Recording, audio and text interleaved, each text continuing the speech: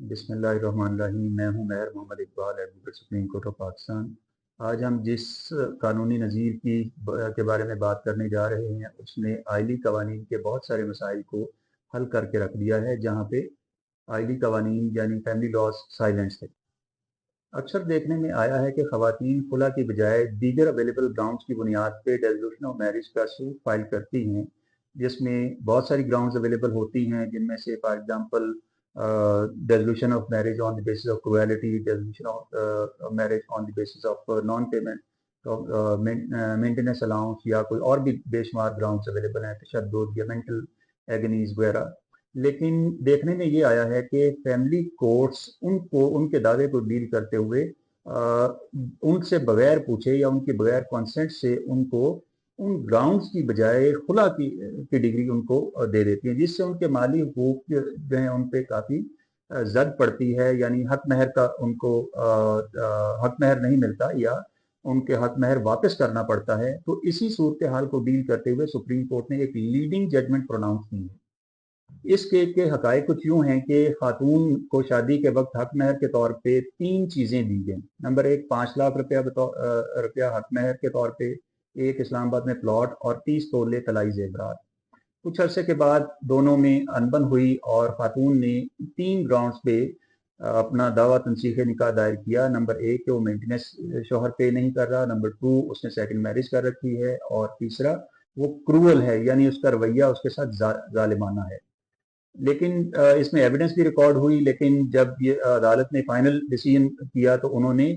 Instead of on the basis of cruelty or other grounds available to the lady, उन्होंने उसकी इजाजत के बगैर उसके दावे को खुला के दावे में कन्वर्ट कर दिया और खातून को हुक्म दिया कि वो प्लॉट और 30 तोले जेवरात जो हैं वो उसको वापस करे, और 5 लाख रुपए चूंकि अभी तक अदा नहीं हुआ था, इसलिए उन्होंने कहा कि that will be presumed to have been waived, यानी समझा जाएगा कि वो उसने वेव कर दिया है।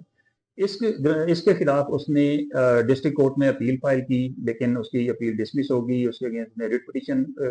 फाइल की, वो भी डिसमिस होगी, और ये मामला सुप्रीम कोर्ट तक गया। सुप्रीम कोर्ट ने इन तमाम हकायक को सामने रखते हुए एक बहुत ही लीडिंग जजमेंट प्रोनाउंस की है, जो कि है 2026 PLD 2026 सुप्रीम कोर्ट पेज 91। यहाँ पे इस नुक्ते का समझना बहुत जरूरी है कि खुला और तनसीख निकाह के केस में क्या फ़र्क है। खुला के केस का मतलब ये है कि खातून अपनी मर्जी से सेपरेशन चाह रही है, जिसके एवज वो अपना हक महर वगैरह छोड़ने के लिए तैयार है। जबकि dissolution of marriage on the basis of other grounds available to her under the dissolution of Muslim marriages act 1939 का मतलब ये है कि वो अपने हस्बैंड के किसी रवैये की वजह से या उसकी किसी कानूनी खिलाफ वर्जी की वजह से जो उसने उस रिश्ते में रहते हुए की है, जिससे उनका रिश्ता इफेक्ट हो रहा है, या कानून ने कुछ ऐसी ग्राउंड दी हुई है जिसकी खिलाफ वर्जी उसने की है, तो उस ग्राउंड पे वो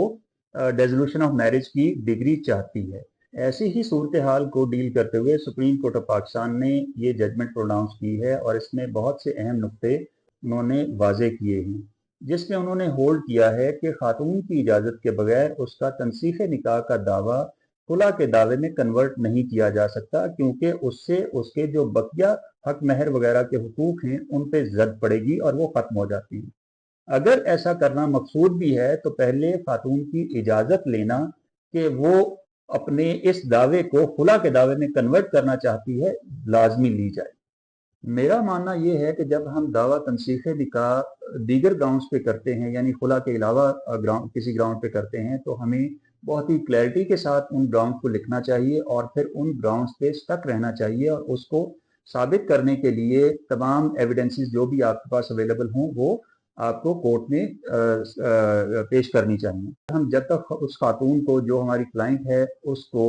खुला के कॉन्सिक्वेंसेस यानी उसके हक महर के फोरगो होने के मामले को उसको अच्छी तरह समझा ना दें या उस पर उसको कन्विंस ना कर लें, तब तक हमें कोर्ट को कभी भी खुला की डिग्री इंस्टेड ऑफ तनसीख निकाह जारी करने का कभी नहीं कहना चाहिए, क्योंकि उससे खातून के जो हक महर का हक है उस पर जद पड़ती है। और उसमें उसको कैटेगोरिकली मेंशन करना चाहिए कि वो जो हक महर अदाशुदा नहीं है वो उससे लेना चाहती है, उसकी रिकवरी चाहती है, اور جو اس کو ادا کیا جا چکا ہے وہ فورگو کرنے کے لیے تیار نہیں ہے، لہذا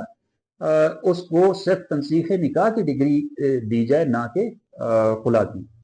اور پھر دوران شہادت وہ تمام تفصیلات اور تمام ڈاکومنٹری ایویڈنس جو اس کی گراؤنڈ کو ثابت کرنے کے لیے اس کے پاس موجود ہیں، وہ کیٹیگوریکلی تفصیل کے ساتھ اس کو وہ زبانی شہادت میں بھی بیان کرنی چاہیے، اور پھر اس کا جتنا بھی ڈاکومنٹری پروف ہے وہ بھی عدالت میں پیش کرنا چاہیے۔ صرف تبھی آپ تنسیخ نکاح کی ڈگری حاصل کرنے میں کامیاب ہوں گے۔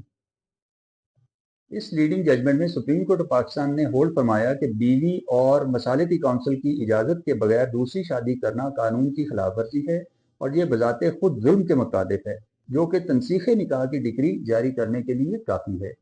اس کا مطلب ہے کہ اگر کسی شوہر نے چھپ کر شادی کی ہوئی ہے یا مصالحتی کونسل کی اجازت کے بغیر اس نے شادی کی ہوئی ہے، تو یہ اکیلی گراؤنڈ ہی کافی ہے کہ ظلم کو ثابت کرنے کے لیے، کروئلٹی کو ثابت کرنے کے لیے، اور دیگر کسی گراؤنڈ پہ جانے کی ضرورت نہیں ہے۔ اور اگر یہ گراؤنڈ آپ ثابت کر دیتے ہیں تو آپ کو اپنا حق مہر چھوڑنے کی بھی ضرورت نہیں ہے۔